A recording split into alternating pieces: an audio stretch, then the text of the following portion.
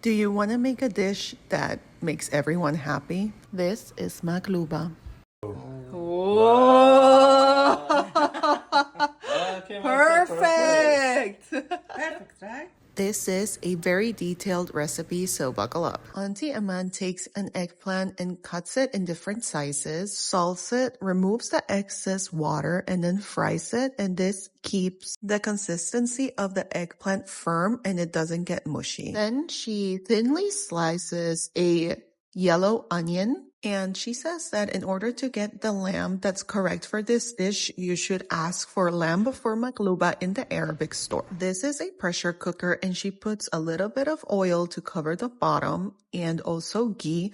And then she puts in the meat and the thinly sliced onions. She mixes everything together and lets that meat get browned. She seasons this with 1 tablespoon of ground coriander, 1 tablespoon of curry powder, and about half a tablespoon of 7-spice seasoning, followed by a small cinnamon stick and 4 bay leaves. She combines everything together and then adds just a little bit of cayenne pepper for just a bit of heat and adds boiling water to the pot in order to cover the meat. Not too much water.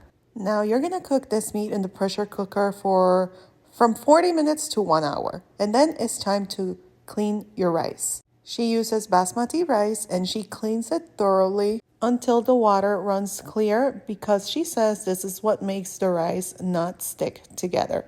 So she does clean it maybe around 6 times. After rinsing it a couple of times, she adds very hot water and puts the rice to the side. Now she takes 2 Roma tomatoes and she slices them and salts them and puts it in a pan on medium heat and starts seasoning them. Now she vaguely seasons the tomatoes because this is all going to go together. So just the same seasonings as the meat, which are 7-spice, ground coriander, and just a little bit of curry powder. And she lets this cool off for a bit and she goes back to the rice. Okay, she's now going to drain the rice and she's going to salt it and add, again, the same spices as the tomatoes and the meat. As always, the full recipe is in her blog, imanskitchenstory.com.